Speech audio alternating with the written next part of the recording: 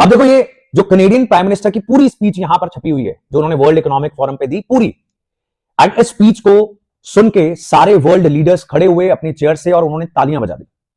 अब जब मैं बार बार बोलता हूं ना, कोई ऐसे लिखता है बच्चा और आंसर की तरह लिख देता है, राइट, तो नो एक्सप्रेशन, नो क्रिएटिविटी, तो पढ़ के मजा नहीं आता। ऐसे और आंसर में कुछ तो डिफरेंस होना चाहिए ना, नहीं तो फिर ऐसे को भी आंसर ही बोल देते, बड़ा आंसर बोल देते।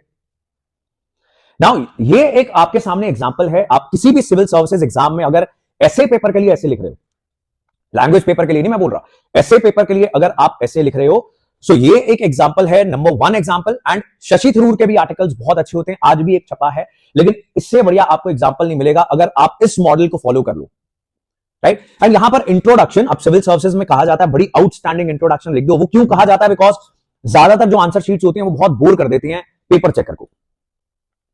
तो उसमें इंट्रोडक्शन जो है वो उसका 10 आंसर शीट्स के बाद मोनोटनी, उसकी बोरियत को तोड़ता है कि थैंक गॉड कुछ अच्छा पढ़ने को मिलेगा।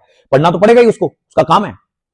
और उसमें सब वही लिख रहे हैं, घिसे पिटे कोटेशंस कि there is enough in the world for everybody's need, not for everybody's grid.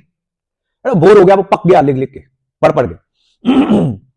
और उसमें मान लो अब यहां पर ये जो स्टोरी है कि 1978 के अंदर यहां से अगर ऐसे स्टार्ट होना किसी का, अब आप ही बना भी सकते हो, ये जरूरी नहीं है ऐसा होना चाहिए, ये जरूरी नहीं है कि आपको ऐसा ही लिखना है, राइट। तो आप इस तरीके से, तो ये एनेक्डोट इसको बोलते हैं।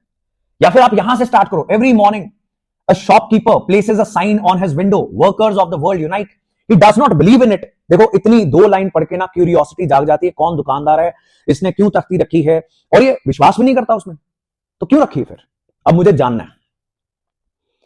ये होती है ऐसे की इंट्रोडक्शन।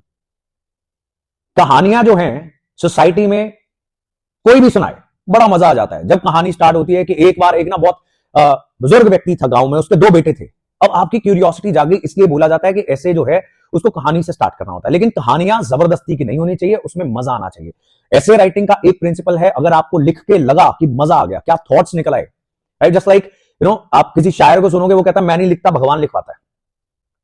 ऐसे राइटिंग में भी आपको अगर ऐसे मजा आएगा कि ये थॉट्स आए कहां से, तो पढ़ने वाले को और भी ज्यादा मजा आएगा, and that is a good ऐसे। और ये बहुत अच्छी एग्जांपल है, मैं बोलता हूं जितने भी ग्लोबल लीडर्स होते हैं उनकी स्पीचेस, जो स्पीच राइटर्स लिखते हैं, उनकी स्पीच पढ़ लिया करो और सुन लिया करो, आप ऐसे बहुत अच्छे लिखोगे।